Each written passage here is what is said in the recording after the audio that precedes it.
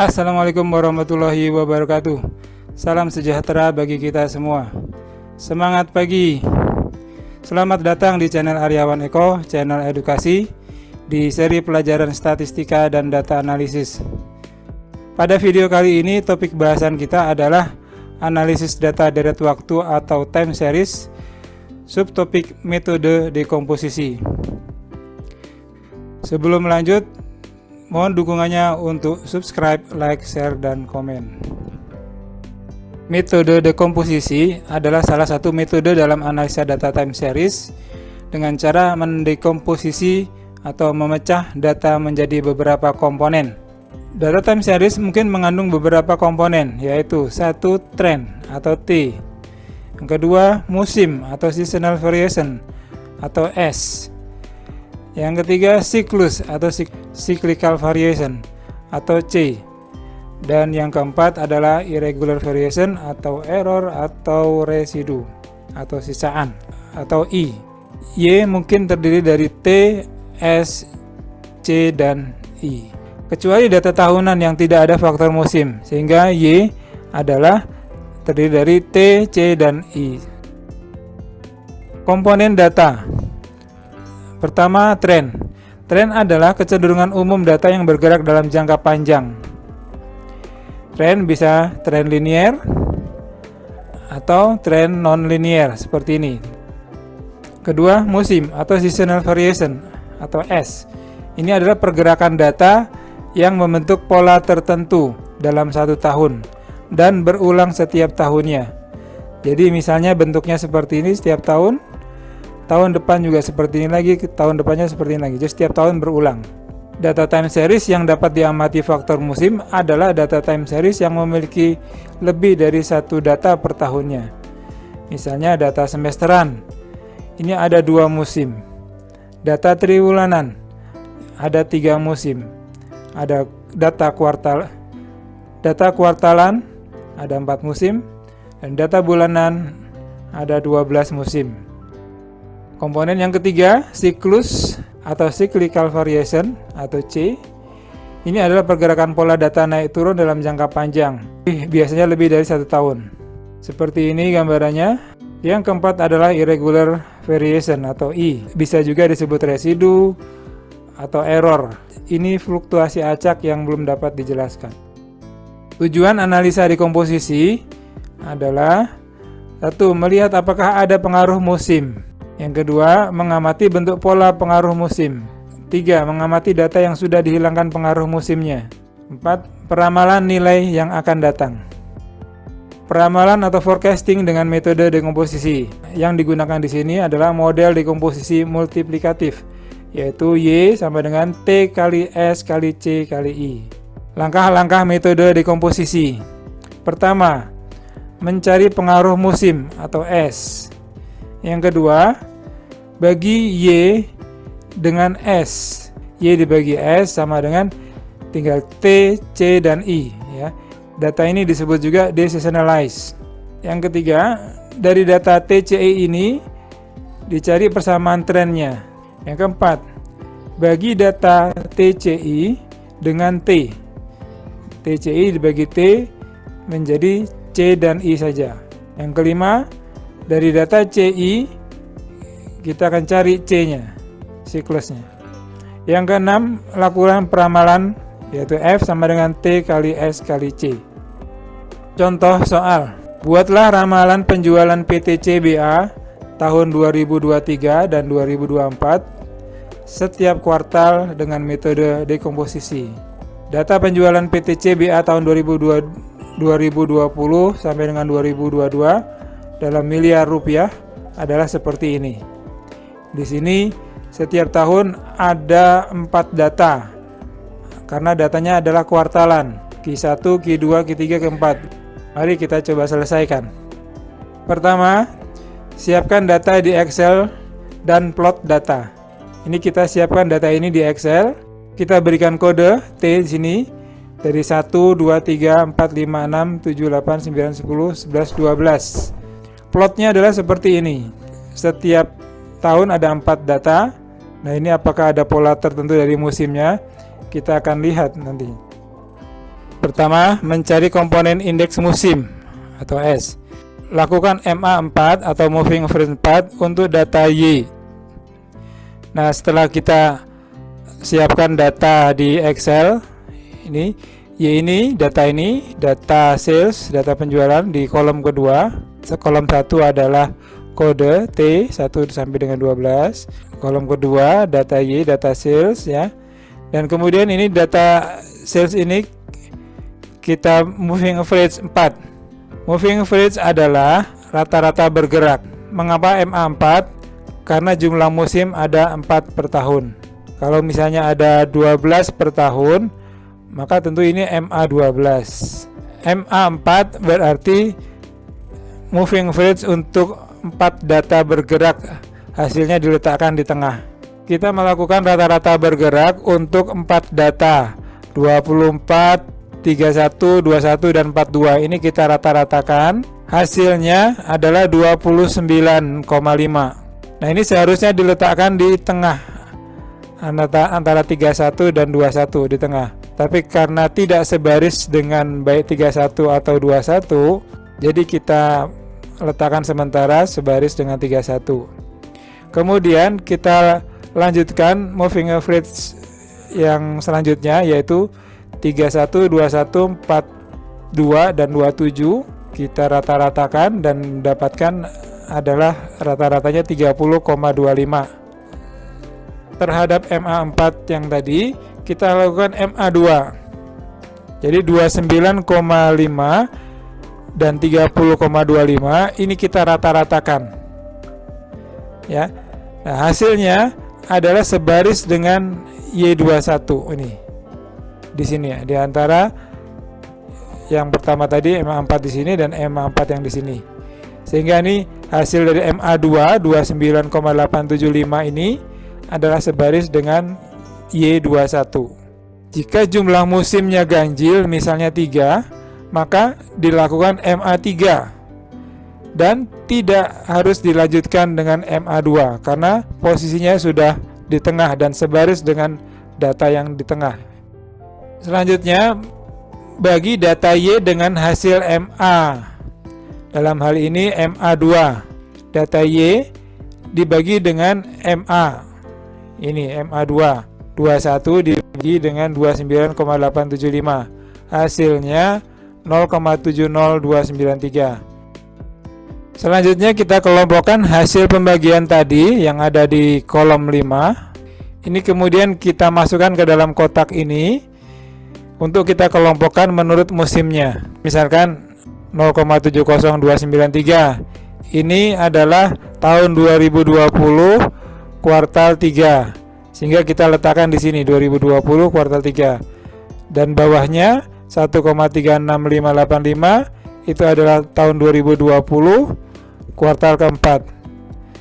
Begitu juga selanjutnya di sini adalah tahun 2021 kuartal 1 masuk ke kuartal 1, ini kuartal kedua di sini, kuartal ketiga di sini, kuartal keempat di sini. Dan di sini tahun 2022 kita kelompokkan kuartal 1 di sini, kuartal kedua di sini. Nah, ini kemudian sudah kita kelompokkan seperti ini, lalu kita rata-ratakan setiap musimnya.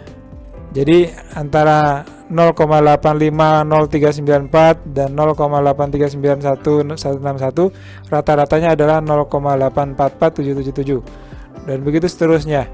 Ini keempat musim kita rata-ratakan, lalu kita jumlahnya adalah 4,004155. Nah, karena di sini jumlah itu harus 4, maka ini kita harus adjust ya, atau harus sesuaikan. Di sini ada kolom penyesuaian, yaitu bahwa di sini jumlah harus 4. Selanjutnya kita akan lakukan penyesuaian. Untuk mengisi kolom ini adalah kita mengacu kepada konsep bahwa di sini S1 ya, atau season 1 berbanding 4 sama dengan 0,844777 ini berbanding 4,004155. Sehingga ini kita bisa cari bahwa S1 ini adalah 4 kali ini.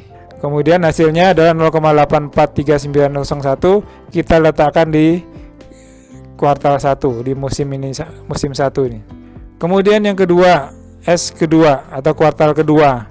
S2 dibanding 4 sama dengan 1,082148 berbanding 4,004155, sehingga S2 sama dengan 4 kali ini ya, sehingga hasilnya adalah 1,081025. Ini kita letakkan di kuartal 2. Begitu juga kuartal 3, S3 berbanding 4 sama dengan 0,720468 berbanding 4,004155. Seperti ini. Nah, hasilnya ini kita letakkan di sini di kuartal 3. Begitu juga yang kuartal 4. Ya, kita letakkan di sini hasilnya. Hasil adjustment tadi ini merupakan indeks musim. Selanjutnya kita pindahkan indeks musim ini ke dalam kolom 6 yang kita lambangkan sebagai S. Kita pindahkan ke kolom 6 karena setiap tahun musimnya sama, jadi ini kita tulis berulang. Di sini 0,8439, 1,08, 0,719, 1,355, kembali lagi dari 0,8439, 1,08, 0,7197 dan 1,35535, dan di sini berulang lagi sama gitu. Ya, kita letakkan di Excel seperti ini. Nah, di sini kita bisa lihat ternyata penjualan PT CBA tadi memiliki bentuk pola musim tertentu. Nah, ini memiliki bentuk pola pengaruh musim tertentu ya. Dari bawah naik, turun lagi, naik lagi, seperti ini bentuknya. Dan ini akan berulang setiap tahun. Dari sini diketahui bahwa pada kuartal 4 ini pengaruh musimnya sangat tinggi ya. Sedangkan pada Q3 pengaruh musim yang paling rendah. Selanjutnya yang kedua adalah mencari komponen T, komponen tren. Setelah kita dapatkan indeks musim atau S, pisahkan S dari Y ya, sehingga Y dibagi S ini akan menjadi TCI, dan ini dikenal sebagai deseasonalized atau data tanpa pengaruh musim. Data asli ini kolom 2 dibagi dengan musim kolom 6 S ini 24 dibagi 0,8439 ini adalah 28,4394. 31 dibagi dengan 1,08102 jadi 28,6765, dan begitu seterusnya. Ini adalah data TCI atau deseasonalized atau data tanpa pengaruh musim. Dari data deseasonalized atau TCI, kita akan mencari persamaan tren. Di sini data TCI, kita plotkan datanya, lalu kita minta Excel untuk menampilkan persamaan trennya. Dan dapat hasilnya adalah trennya adalah 0, Y sama dengan 0,9108X ya, atau T plus 27,248 dengan R kuadrat adalah 0,9639. Selanjutnya, berdasarkan persamaan tren tadi, kita akan hitung nilai duga trennya. Jadi di sini ini kita akan mencari menggunakan persamaan ini. Misalnya nih sama dengan 0,9108 kali A4 ini atau T kali 1 nih ditambah 27,48 hasilnya ini, dan begitu seterusnya sampai selesai.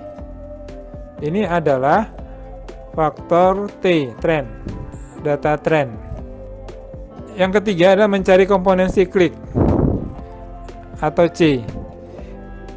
Setelah kita mendapatkan tren tadi, pisahkan T dari TCI, yaitu dengan membagi TCI dengan T sehingga hasilnya CI. Nah, di sini adalah TCI dibagi dengan T sehingga menjadikan hasilnya CI ini 28,4394 dibagi 28,1588, hasilnya adalah 1,00996. Setelah itu lakukan MA3 terhadap CI dan hasilnya adalah C. Nah, dari data CI ini kita lakukan MA3 atau moving average 3. Karena ada 3 data yang kita rata-ratakan, maka kita letaknya di tengah. 1,00996, 0,9848 dan 0,97324 rata-ratanya adalah di tengah sini. 0,989892. Ini sebaris dengan TCI 0,98648 ini ya.